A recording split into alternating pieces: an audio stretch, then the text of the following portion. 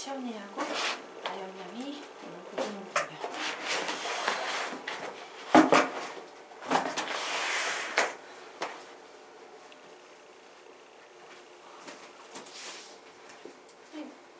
다 모른다고 보면 되지. 혹시 오늘 계속 모르는 친구 있으면 해달라서 다 모르는 거예요.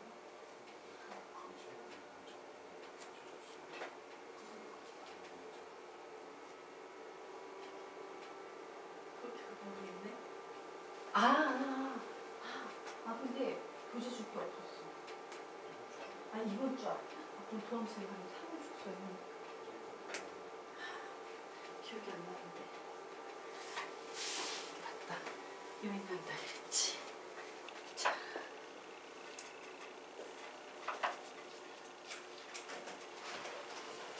그래서 답은 몇 번? 4번. 기억과 내리자. 시간 좀 더 드릴게요. 마저 하십시오.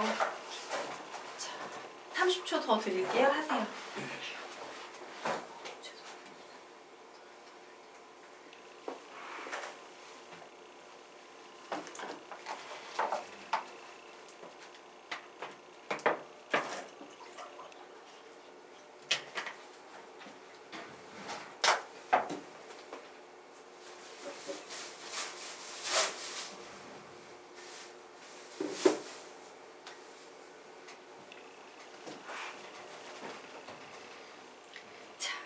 그래서 우리 제일 중요한 생각 하나만 머릿속에 다시 한번 정리합시다. 이런 생각을 가져야 돼요. 3차함수 나왔네? 4차함수 나왔네? 얘네는 얘 자체로 내가 죽었다 깨나도 어떤 그래프인지 몰라. 무조건 100% 누구의 도움을 받아야지만 3차, 4차를 해석할 수 있다? 도함수. 알겠죠? 이렇게 생각하시면 됩니다. 자, 그래서 니은 해보도록 하겠습니다. 우선 완전제곱식으로 우선 도함수 구해야지. 여기다 쓰겠습니다. G-X를 구해볼 거예요. X의 제곱 마이너스 4X 플러스 5가 나와서 완전제곱식으로 변형을 하려면 플러스 4가 필요하죠. 5에서 4 빼고 1 있다고 치자. 그러면 얘는 x 마이너스 2의 제곱 플러스 1이 돼서 그림을 2차 도함수를 그림으로 그리면 이렇게 떠있는 그림이 될 거야. 2,1 맞습니까? 그러므로 얘는 원래 함수가 계속 증가하고 있겠구나. 이렇게 판단할 수도 있고 여기에서 맞바로 판별식으로 넘어갑니다. B-의 제곱 마이너스 AC 0보다 작네? 0보다 작다는 건 허공에 두둥실 떠있기 때문에 원래 함수는 계속 증가하는 함수일 거야. 이렇게 판단하시면 되겠죠? 그래서 이거는 실수 정구간 증가함수 되겠습니다. 자, 이제 마지막으로 디귿 H-X 구해볼게요. 6X의 제곱 플러스 12X 마이너스 18. 자, 얘를 완전제곱식으로 바꾸면 X의 제곱 플러스 2X 그리고 여기에다 뭐만 들어가면 되겠다? 1만 들어가면 되겠죠. 자, 플러스 6이 갑자기 생겼으니까 마이너스 6 해주시면 마이너스 24가 돼서 얘는 6x 플러스 1의 제곱 마이너스 24여서요. 얘는 마이너스 24 이상인 그림이에요. 마이너스 24 이상인 그림. 요 점이 마이너스 1, 마이너스 24가 될 거 아니야. 와우, 원래 그래프는 플러스 마이너스 플러스 즉 증가했다 감소했다 증가하는 구간이 있어서 실수 정구간 연속 함수라고 얘기하기는 힘들겠다. 이렇게 완전 제곱식으로 이해를 하거나 판별식 4분의 D 공식은 66에 36 마이너스 A 그리고 플러스 18 이래 어디 잘못했지? 잠시만 어딨지? AC B-의 제곱 마이너스 A에다가 C 18 선생님 지금 뭘 착각하고 있나? 0보다 큰 거 아까 순간적으로 그림을 거꾸로 생각했어요. 얘 0보다 크다예요. 자, 판별식 T가 0보다 크다는 건 서로 다른 두 실근을 가져야 되니까 이런 그림이 나오는 거기 때문에 증가, 감소, 증가, 실수 정구간 연속이 아니구나. 이렇게 정리하시면 되겠습니다. 그래서 답은 기억과 니은이 되겠다 라고 정리하시면 되겠습니다. 자, 그래서 다시 한번 중요한 얘기. 3차 함수, 4차 함수 문제 나오면 무조건 100% 뭐라고? 도함수 끼고 가셔야 한다 라고 정리하시면 되겠습니다. 자, 그러면 이제 그 다음 페이지 7페이지 보도록 할게요. 자, 앞에 건 이제 몸풀기였고요. 이제 진정한 문제의 수준이라는 게 이제 생기기 시작하지. 자, 3차 함수가 제한된 구간에서 증가 혹은 감소하도록 이런 표현이 나온 거야. 3차 함수가 실수 전 구간이었을 때 그냥 판별식으로 푸시면 된다라는 거야, 결론은. 근데 3차 함수가 제한된 구간에서 증가한다. 요 제한된 특정 구간에서 감소한다. 이런 표현이 문제 속에 나와 있다 해요. 그러면 얘도 우선 기본은 뭐를 가지고 문제를 풀어야 되겠어? 도함수 가지고 풀어야 되는데 그 도함수는 항상 몇 차 함수일 거다? 2차 도함수일 거예요. 적어 놓으세요. 이 밑에다가. 정리해봤더니 2차 도함수가 미지수 포함이라고 적어 놓으시기 바랍니다. 2차 도함수가 미지수 포함이라고 적어 놓으세요. 2차 도함수가 미지수 포함. 그래서 사고의 순서는 이렇게 돼요. 출제자가 야 3차 함수 나왔어. 무조건 도함수 써야겠구나. 그런데 얘가 실수 전 구간이 아니라 제한된 구간에서 증가 혹은 감소해. 아이 뭐 실수 전 구간이건 제한된 구간이건 우선 2차 도함수부터 만들어야 돼. 이러고 만들어 보는 거예요. 그런데 솔직히 우리가 푸는 대부분의 문제는 미지수를 구하는 거잖아. 수학이니까. 그래서 이런 유형은 전부 다 미지수를 포함하고 있는 상태가 될 거라는 거지. 얘를 보고 반응을 하면 무조건 반응이 이렇게 나올 거란 얘기예요. 그래서 이 문제가 이렇고 내가 정리를 해봤더니 도함수가 미지수를 포함할 때 우리는 뭐로 풀어야 되냐. 뭐를 그린 후야 당연히. 그래프를 그린 후. 근의 분리라고 적어 놓으십시오. 근의 분리. 그래프를 그린 후 근의 분리라고 적어 놓으시기 바랍니다. 자, 결론은 뭐냐면요. 근의 분리를 모르면 문제를 풀 수 없어요. 자, 나 근의 분리 제목 들어본 적 있다 하는 학생만 손 들어보십시오. 우리 정긴가격군 해야 돼요. 최소 2개씩 해서 복습돼야 돼. 복습 안 되면 내게 아니야. 그 개념집은. 예, 근의 분리가 어디에서 나오는 이론이냐면요. 수학 3과정에 보면 2차 방정식 이론이 있어요. 자, 2차 방정식 이론에서 중학교 때 배웠던 이론이 근의 공식, 2차 방정식의 근과 계수와의 관계, 판별식 D 여기까지 배운 게 중학교 과정이고요. 고등학교 과정에서는 2차 방정식 이론에 2가지 이론이 더 등장합니다. 우선 첫 번째 나오는 게 뭐? 근의 분리 전에 나오는 게 뭐? 실근의 부호라는 개념이 있고요. 이 실근의 부호의 연속선상에 근의 분리라는 개념이 있어요. 자, 정긴가격군. 실근의 부호는 생각나 안 나? 나지. 자, 실근의 부호와 근의 분리 좀 비교를 해드리자면 똑같은 개념인데 실근의 부호는 기준이 0이에요. 그래서 두 근이 모두 양근일 때, 두 근이 모두 음근일 때, 한 근은 양근, 한 근은 음근일 때 요럴 때 푸는 거고요. 이때 사용해야 되는 개념은 판별식 D와 두 근의 합과 두 근의 곱 요 세 개의 부호를 따져가지고 문제를 푼다라고 배웠죠. 그런데 근의 분리는 이제 기준이 바뀌어버리는 거예요. 기준이 예를 들면 0이 아니라 7로 바뀌어서 두 근이 모두 7보다 클 때, 두 근이 모두 7보다 작을 때, 한 근은 7보다 크고 한 근은 7보다 작을 때 이런 식으로 바뀌는 게 근의 분리야. 되겠습니까? 대신 이 근의 분리는요. 우리가 실근의 부호는 2차 방정식 5단원에서 배워요. 그런데 근의 분리는 연속선상에 있는 개념인데 6단원 2차 함수에서 배워요. 왜? 이 5단원과 6단원의 차이는요. 실근의 부호는 그래프가 없어도 답을 낼 수 있지만 근의 분리로 넘어가게 되면 항상 뭘 그리는 게 필수다? 그래프를 그려야 돼. 근데 그 그래프가 바로 2차 함수의 그래프이기 때문에 6단원에서 배우는 거예요. 그리고 근의 분리에서 기본 조건이 3개였지. 죄송해요. 실근의 부호에서 기본적으로 따져야 될 조건이 3개였지. 맞아? 그럼 근의 분리에서도 따져야 될 기본적인 조건은 몇 조건이 되겠어? 3가지 조건이 될 거예요. 기억하시는 분. 첫 번째 D. 예, 판별식 D는 0 이상이다. 맞아요. 두 번째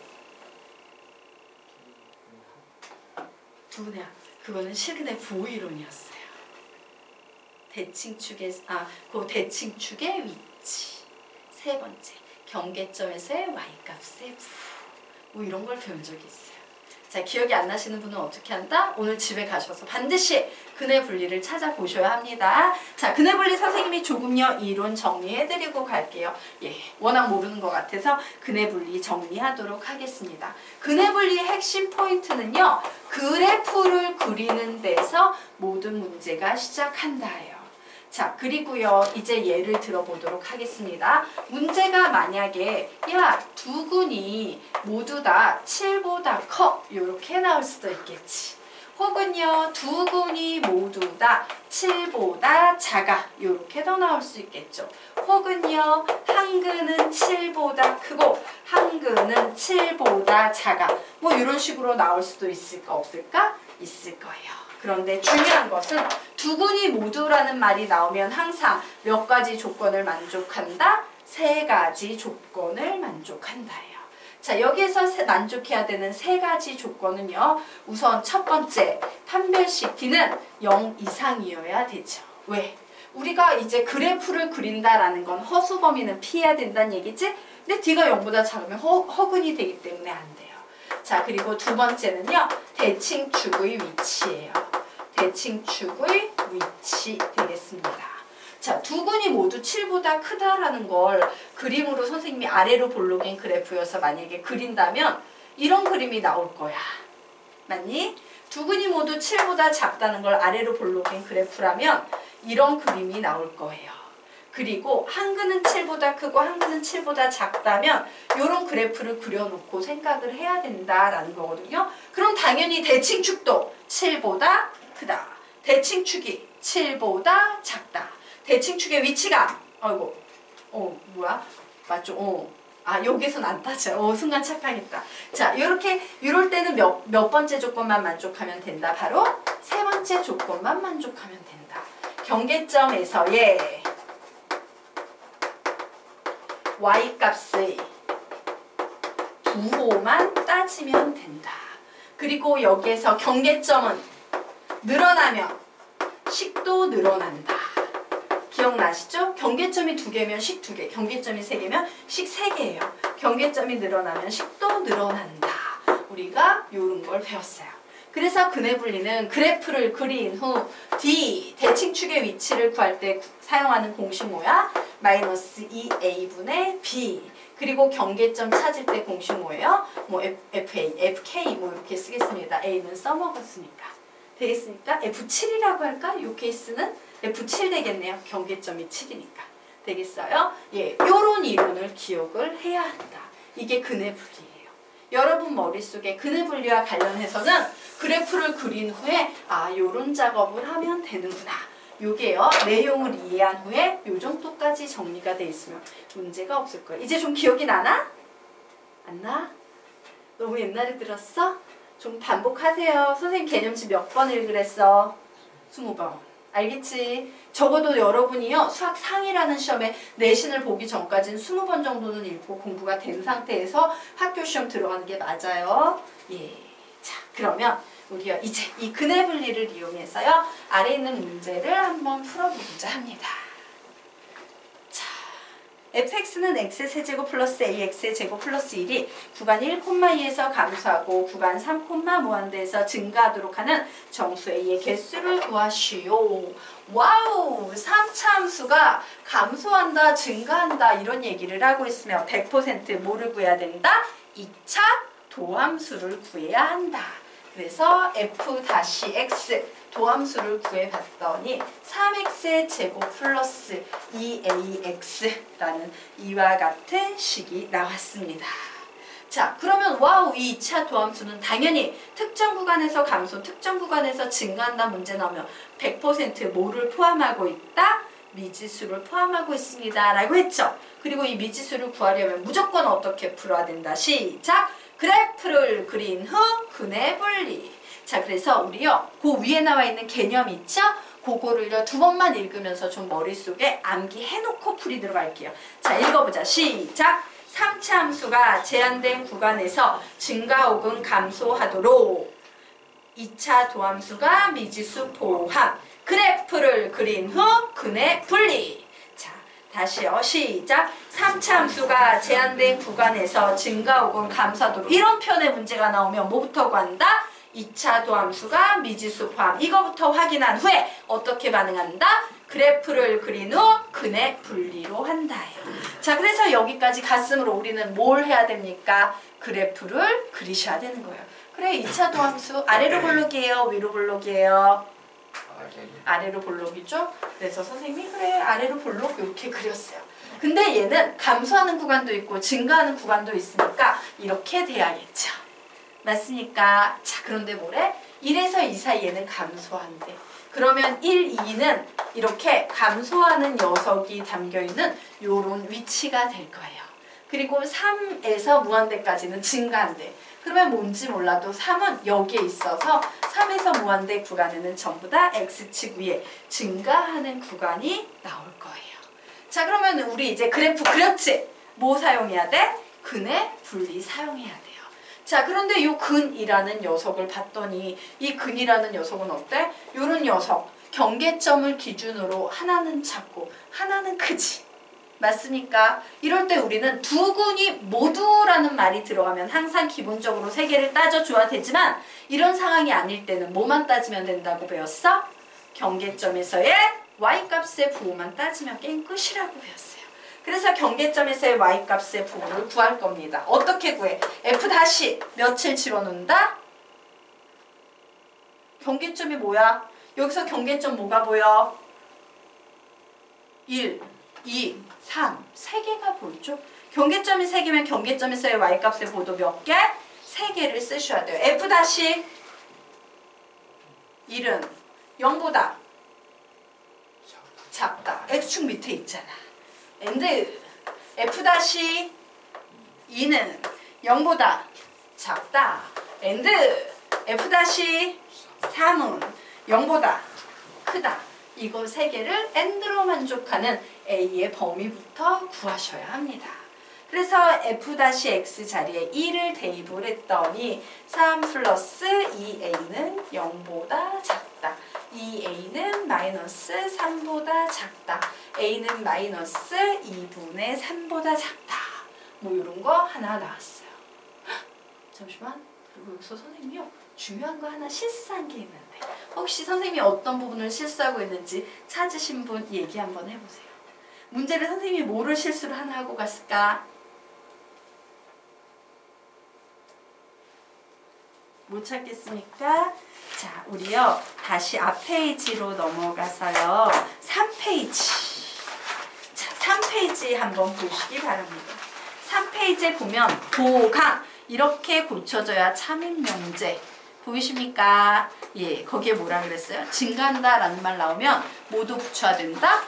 0인 경우도 붙이셔야 한다예요. 되겠습니까? 그러므로 오 감소 증가 이런 말 나왔지만 요 식을 저 표현으로부터 쓸 때는 이렇게 등호도 붙여줘야 되는 상황이다. 예, 실수 포인트 되겠습니다. 여기까지 좀 정리를 해서 등호 해서 이렇게 붙이고 갈 거예요. 자, 그러면 이제 f-2 구해보도록 하겠습니다. 2 대입하면 12 플러스 4a는 0 이하다. 4a는 마이너스 12 이하다. a는 마이너스 3 이하다. 3 대입하겠습니다. 27 플러스 6a는 0 이상이다. 6a는 마이너스 27 이상이다. a는 2분의 마이너스 9 이상이다. 이렇게 나왔어요. 너무 많아서 그냥 수직선상의 그림을 그려서 한번 보겠습니다. 자, 하나는 마이너스 2분의 3 이하라고 나왔고 또 하나는 마이너스 3 이상이라고 나왔고 또 하나는 마이너스 2분의 9 아이고 잘못 그렸구나. 죄송해요. 거꾸로입니다. 너무 그림이 이쪽으로 가는구나. 가지면 어떡해. 거꾸로입니다. 자, 그리고 마이너스 2분의 9 이상. 요거 더 크네요. 마이너스 2분의 9 이상. 예, 뭐 그림이 요런 식으로 가겠습니다. 그래서 세 개를 모두 동시에 만족하는 구간을 구했더니 빗금친 이 구간이 나와요. 자, 이때 정수 A의 개수를 구하랍니다. 자, 요 구간에 있는 정수 한번 불러볼까? 난 3하고 마이너스 4하고 몇 개? 2개. 답은 2개라고 쓰시면 되겠습니다. 될까요? 예. 그래서요. 선생님도 순간적으로 하고 빼먹었던 요 녀석 이렇게 얘 색깔 볼펜으로 네모 박스 치고 옆으로 빼서 크게 적어 놓으세요. 실수 포인트예요. 다 구해놓고 답 틀리게 나오게 하는 실수 포인트예요. 왜? 요 녀석을 무시하고 가면 누가 답이 될 수 없어? 마이너스 3이 답이 될 수 없고 답 한 개로 치게 되면서 이제 다 구했는데 등목 빼먹었어요 이러면서 피눈물을 흘리면서 이제 통곡을 하게 되는 거예요. 선생님이 말하겠는데요. 선생님이 이렇게 개념 수업 하다 보면 실수 포인트예요 라고 노골적으로 콕 집어주는 것들 있죠. 이걸 시험에 나왔을 때 대부분의 아이들이 실수 포인트라는 걸 인식을 하고 문제를 본 애들만 정답을 내고요. 급한 마음에 문제를 막 푸는 애들은 거의 정답을 낼 수 없는 파트 중에 하나야. 그래서 실수 포인트라고 집어주는 문제는 완벽하게, 특히요 학교 내신 시험 보기 전에는 공부 진짜 완벽하게 포인트까지 깨고 가셔야 되고요. 만약에 내가 실수 포인트를 인지를 하고 있는 문제가 시험에 나오면 씩 한번 웃어주는 거야. 시험 보면서. 애들 되게 많이 틀리겠는데 좋아. 이러면서 풀 정도의 여유가 있어야 돼요. 알겠죠? 네. 자, 그러면 우리 이제 그 다음 페이지로 넘어가도록 하겠습니다. 드디어 두 번째 증가 감소 개념 끝났고요. 극대 극소값에 대한 개념으로 좀 넘어가도록 하겠습니다. 자, 극대 극소라는 개념은 뭐냐면요, 여러분. 우리가 앞으로 그림을 이제 막 봤어. 이렇게 막 어떤 그래프가 나와 있다라고 했을 때 이 그래프를 보면 요런 구간이 있어요. 감소하다가 증가하는 구간들 있죠? 감소하다가 증가하는 구간. 감소해서 증가, 감소해서 증가, 감소해서 증가, 감소해서 증가. 우리는 이런 부분들을 전부 다 극소라고 부르는 부분이에요. 요점에서 극소가 생기고 극소값은 요점의 함수값이다 라고 얘기를 하는 거야. 그러면 극대값은 어디겠어? 증가하다가 감소하는 요 경계, 요 꼬트머리에 있는 요 점들에서 극대가 존재하고 극대값은 요게 보이는 요 점의 y좌표 값이다. 이렇게 얘기하는 거예요. 극소, 극대. 별로 어렵지 않죠? 이렇게 판단을 하면 됩니다. 자, 그래서 이제 정리를 해보도록 하겠습니다. 자, 여기에 y는 fx라는 함수가 다음과 같이 나와 있을 때 우리는 어디에서 극소라고 얘기할 수 있어요? x가 뭐일 때 극소야? x가 a일 때. x는 a에서 극소라고 얘기하는 겁니다. 그리고 이때 극소값은 몇인데? 극소값은 fa죠. 그래서 적어 놓으세요. fa는 극소값 이렇게 적어 놓으시면 됩니다. 자, 이제 극대에 대해 얘기해 보세요. x가 뭐일 때 극대가 생길까?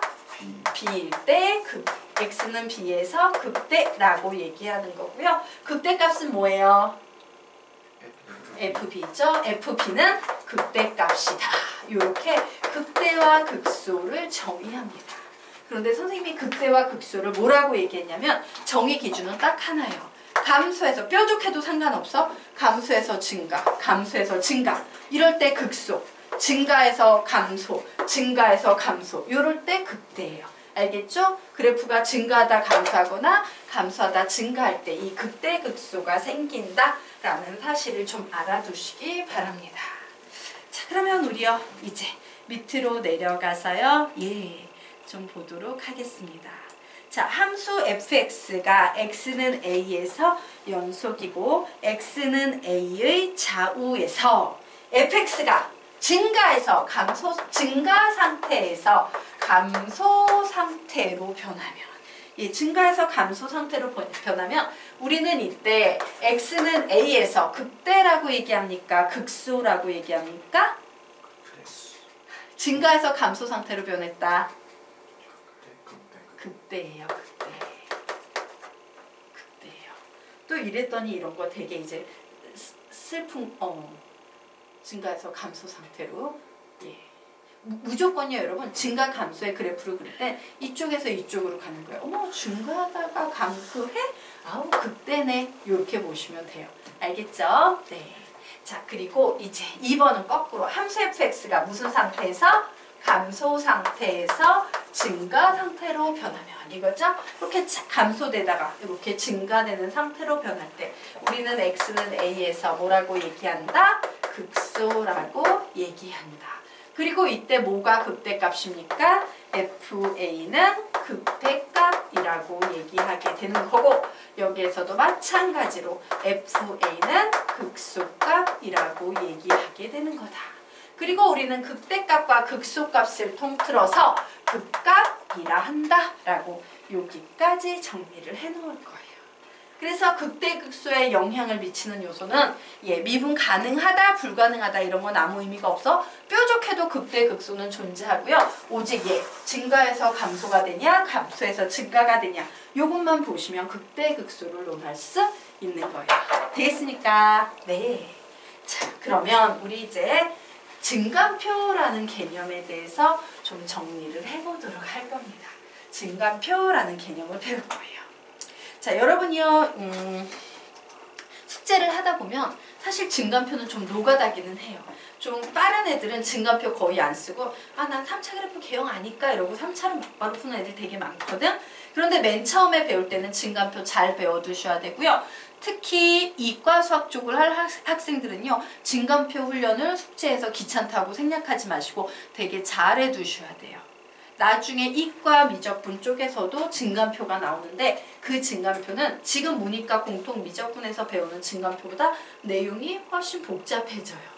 그래서 기초조차 안 되면 더 복잡한 건 아예 손도 못 대니까 미리 차근차근 문제에서 숙제 과제물에서 증감표를 이용하여 라는 말 나오면 무조건 증감표 쓰시기 바랍니다. 자, 그러면 증감표의 핵심은 뭐냐? 요렇게 좀 정리를 해드리고 가도록 하겠습니다. 자, 증감표요. 위쪽에 하나 필기를 해놓을걸. 미안해. 요 문제 풀기 전에 우리 필기 하나만 하고 갈게요. 요 사이에 여백이 있죠. 자, 여백에다가 요런 그림 하나만 그려놓도록 하겠습니다. 자, 이렇게 뾰족뾰족한 그림 그려놓고 얘가 뭐야? 극소. 얘가 뭐야? 극대 되겠죠? 그리고 옆에다가 설명을 좀 적고 가도록 하겠습니다. 극대 극소는 미분 가능하지 않아도 정의될 수 있다. 극대 극소는 미분 가능하지 않아도 정의될 수 있다. 자, 미분 가능하지 않아도 정의될 수 있다. 우선 한 줄 적어놨지. 자, 이제 미분 가능하지 않아도 라는 말을 네모 박스 치고요. 위에 화살표 빼서 이렇게 적어놓으세요. F-A가 존재하지 않아도 F-A가 존재하지 않아도 F-A가 존재하지 않아도 즉 이렇게 뾰족뾰족해도요. 극대극소는 정의할 수 있다. 그런데 여기서 미분 가능해 불가능해? 불가능하거든. 미분 불가능해도 극대극소와는 아무런 상관이 없다 해요. 자, 이제 두 번째 줄 필기하도록 하겠습니다. 하지만 미분 가능한 경우에는 무조건